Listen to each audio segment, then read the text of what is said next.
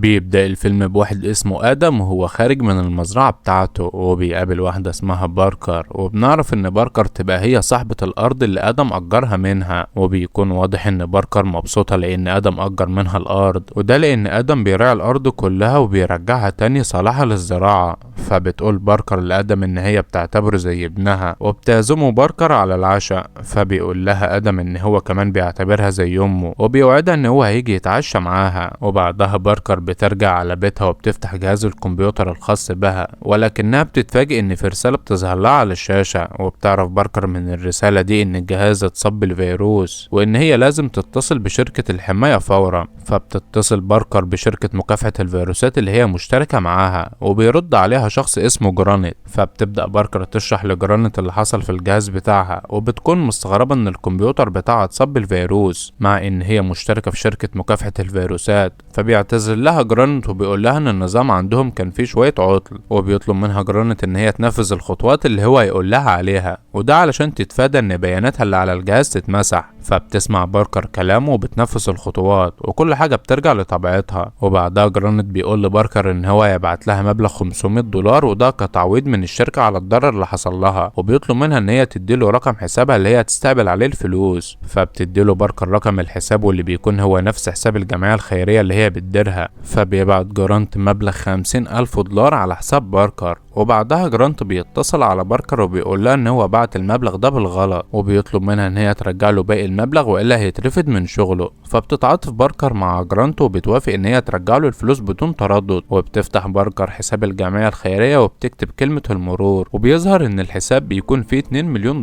تبرعات. وبتبعت باركر باقي المبلغ على الحساب اللي جرانت بعت لها الفلوس منه، ولكن فجأة كل الفلوس اللي موجودة في حساب الجمعية الخيرية بتتحول لحساب جرانت. فبتحاول باركر تتواصل مع جرانت التاني علشان تفهم ايه اللي حصل، ولكنه ما بيردش عليها. فبتتصدم باركر وبتعرف ان هي اتنصب عليها. وفي الوقت ده جرانت بيحتفل مع فريقه بعملية النصب اللي هم قاموا بيها، وبيظهر ان جرانت متخصص في النصب والاحتيال على الانترنت. وبيجي الليل وبيروح آدم على بيت باركر حسب ميعادها علشان يتعشوا سوا. واول ما بيوصل آدم للبيت بيتفاجئ بان الباب مفتوح. هو بيتصدم لما بيلاقي مسدس على الأرض، وبيلاقي باركر مقتول على الكرسي. وفجأة بتظهر فيرونا بنت باركر من ورا آدم وبترفع عليه السلاح وبتطلب منه ينزل على الأرض. وبنعرف هنا ان فيرونا بتشتغل محققة في مكتب التحقيقات الفيدرالي. فبيتأسف لها آدم ان هو حزين على موت امها، ولكن فيرونا بتكون معتبر آدم في الوقت ده مشتبه فيه وبتقبض عليه وبتسلمه لقوات الشرطة. وبعد شوية وقت بيتم الإفراج عن آدم لأن مفيش أي دليل بيثبت إن هو اللي قتل باركر، ده غير إن الطب الشرعي أثبت إن باركر هي اللي موتت نفسها. وبعدها بتكون فيرونا في البيت لوحدها وبتفحص جهاز الكمبيوتر بتاع أمها وبتعرف السبب اللي خلى أمها تموت نفسها. وتاني يوم فيرونا بتقابل آدم وبتعتذره على اللي هي عملته معاه، وبتشكره كمان على اهتمامه بأمها طول الفترة اللي فاتت. وبتقوله إن أمها موتت نفسها لأن هي تعرضت لعملية نصب واتسرق منها كل الفلوس التبرعات الخاصة بالجمعية الخيرية. فبيسألها آدم عن الشخص اللي نصب على أمها، فبتقوله إن هو شخص مجهول وإن هو بيشتغل تحت واحدة من شركات مكافحة الفيروسات الإلكترونية. وبتقول فيرونا لآدم إن هي مش هتقدر تقدم شكوى ضد الشركة، وده لأن الأدلة هتثبت إن أمها هي اللي بعتت الفلوس للشركة بإرادتها، وبالتالي مش هيكون في أي تهمة ضد شركة مكافحة الفيروسات. وبتطلب فيرونا من آدم إن هو يساعدها في القبض على أفراد الشركة، لكن آدم بيرفض يساعدها وبيعزها في موت أمها وبيسيبها وبيمشي. وبعدها بيتصل آدم بواحدة زميلته في منظمة سرية اسمها خلية النحل،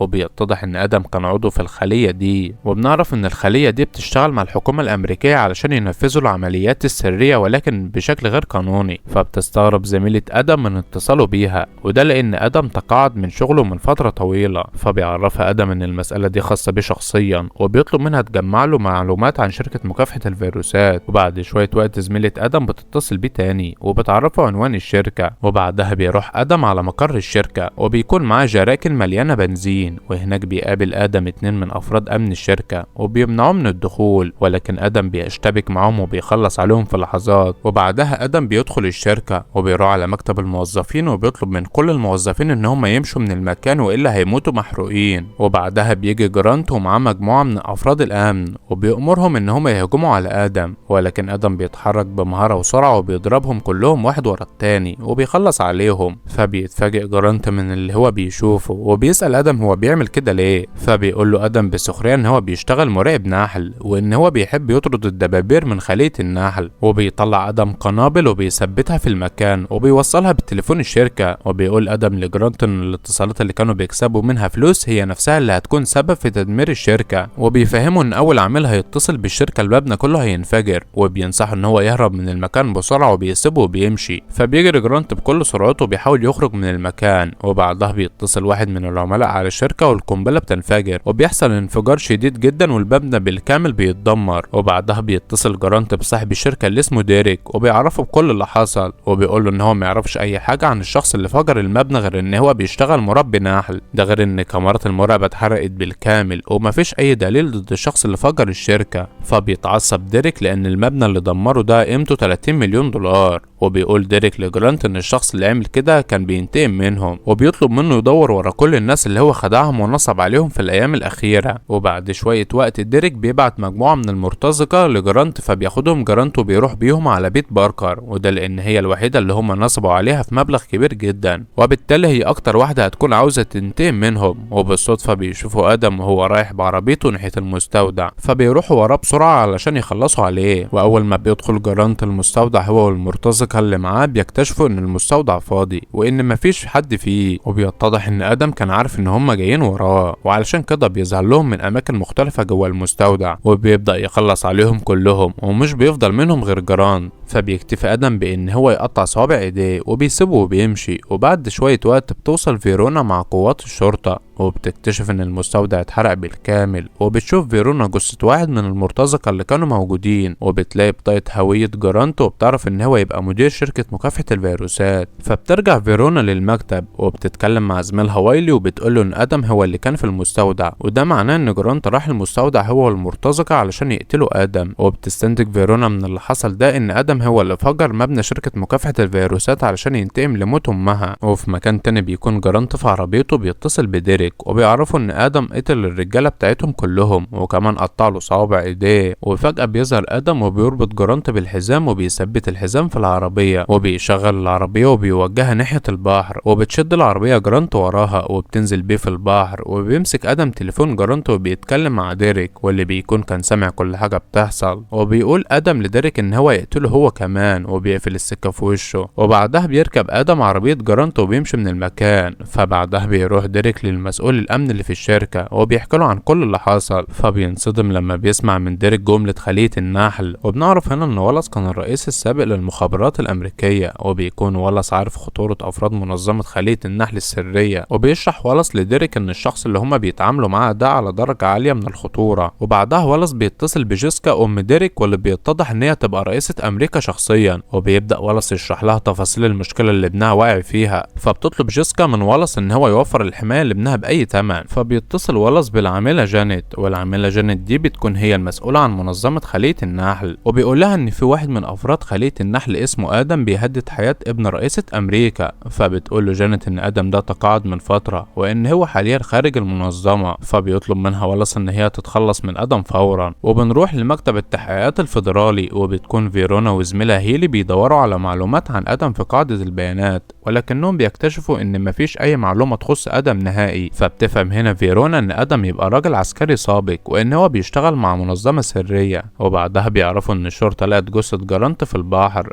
فبيروحوا على هناك بسرعه. وبينصدموا لما بيشوفوا جثه جرانت وبيلاقوا صوابعه مقطوعه. وبيجي الليل وبيكون ادم في البنزينه وبتيجي عربيه وبتخبط في عربيته وبتنزل من العربيه واحده من افراد منظمه خليه النحل اسمها لاندرس. وبتشتبك لاندرس مع ادم في قتال شرس واثناء القتال بينهم بتيجي عربيه شرطه ولكن لاندرس بتضرب عليها نار وبتقتل كل اللي فيها. وبعدها ادم بيهجم على لاندرس وبيضربها فبتفقد لاندرس اعصابها وبتجري على المدفع اللي فوق عربيتها وبتفتح النار بغزاره في المكان كله ولكن ادم بيضربها ببرطمان العسل وبعدها بيولع فيها النار. وبيتحرك ادم بكل هدوء ناحيه لاندرس وبيقطع صوابعها وبيحطها في كيس. وبياخد ادم عربيه من واحد من اللي موجودين في البنزينه وبيمشي من المكان المكان في نفس اللحظة اللي بتنفجر فيها البنزينة كلها. وبعد لحظات بتتصل جانيت بواليس وبتقوله ان هي ما قدرتش تتخلص من ادم، وبتعرفه باللي حصل وبتفهمه ان كل القتلة المأجورين اللي في المنظمة خلية النحلة خايفين من مواجهة ادم، علشان هم عارفين كويس ان ادم هيقتل اي حد فيهم لان قدراته ومهاراته اعلى منهم بكتير. وبتعتذر جانيت لواليس وبتقوله ان هي مش هتقدر تساعده تاني. وتاني يوم واليس بيقابل مجموعة من المرتزقة وبنعرف ان هم يبقوا جنود سابقين في البحرية الامريكية. وبيشرح واليس لقائد المرتزقة دول اللي اسمه بيتس ان المطلوب منهم هو القضاء على ادم، وبيفهموا ان ادم عنده خبرة قتالية عالية وان هو افضل عميل في منظمة خلية النحل. وفي الوقت ده ادم بيوصل للمخزن الخاص بلاندرز القاتلة المأجورة اللي هو قتلها الليلة اللي فاتت، وبيستخدم صباع لاندرز وبيفتح القفل السري وبيدخل المكان وبيبدأ يستخدم جهاز الكمبيوتر وبيفضل يدور على معلومات عن شركة مكافحة الفيروسات لحد ما بيوصل لعنوان المقر الرئيسي بتاع الشركة. فبياخد ادم كمية كبيرة من الاسلحة والمتفجرات وبيخرج من المكان. وفي الوقت ده فيرونا وزميلها وايلي بيقابلوا رئيس مكتب التحقيقات الفيدرالي، وبتبدأ فيرونا تشرح لرئيس مكتب التحقيقات تفاصيل الحوادث الأخيرة ومنها الحادثة اللي حصلت لشركة مكافحة الفيروسات، وبتعرفوا إن آدم هو اللي ورا كل الحوادث دي وإن هو يبقى عميل سابق لمنظمة سرية اسمها خلية النحل. وبتقوله فيرونا إن آدم بينتقم من ديريك صاحب شركة مكافحة الفيروسات، وبتفهمه إن هم يوفروا حماية للمقر الرئيسي للشركة، وده لأن هي متوقعة إن آدم هيهجم على مقر الشركة وهيدمرها. فبيوافق مدير مكتب التحقيقات على طلبها وبيقول لها تعرفوا بالمستجدات أول بأول. وبعد شوية وقت بيكون في مجموعة من قوات مكتب التحقيقات الفيدرالي اللي قدام مبنى شركة ديريك،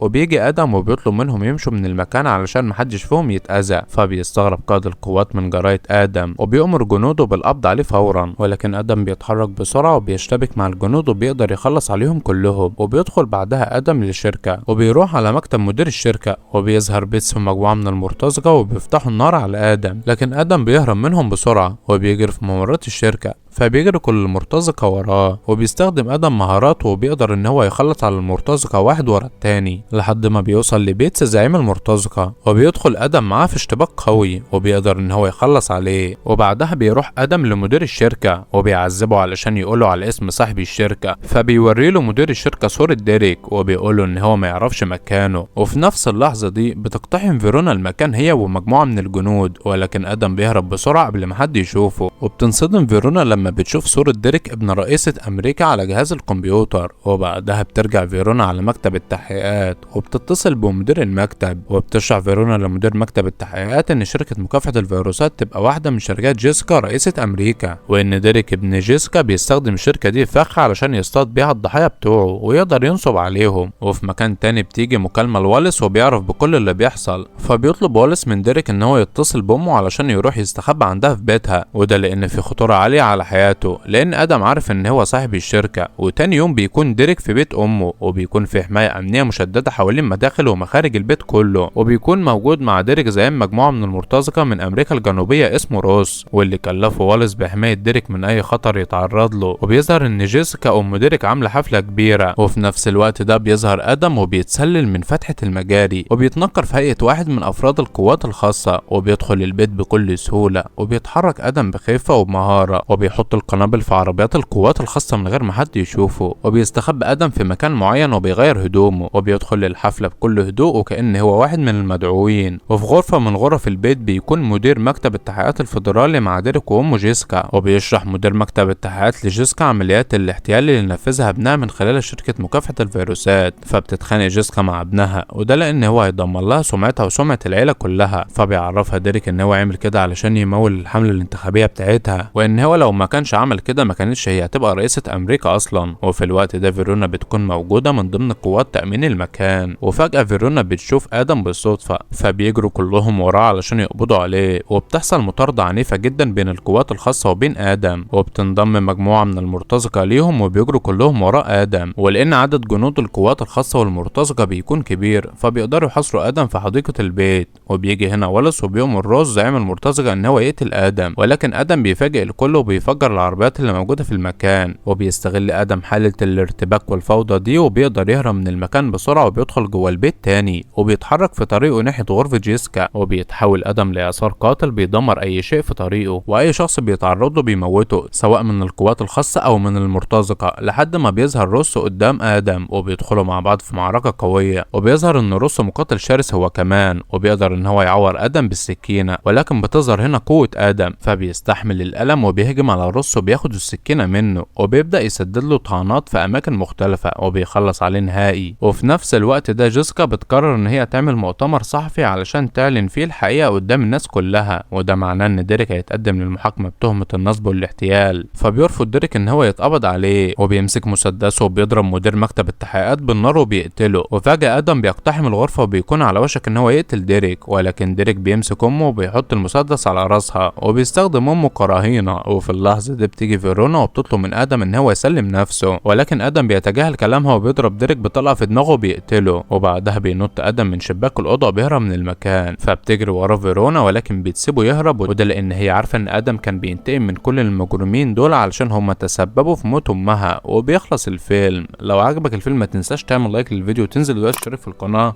وما تنساش تفعل زر الجرس علشان يوصلك كل ملخص جديد هننزله، وما تنساش تصلي على النبي.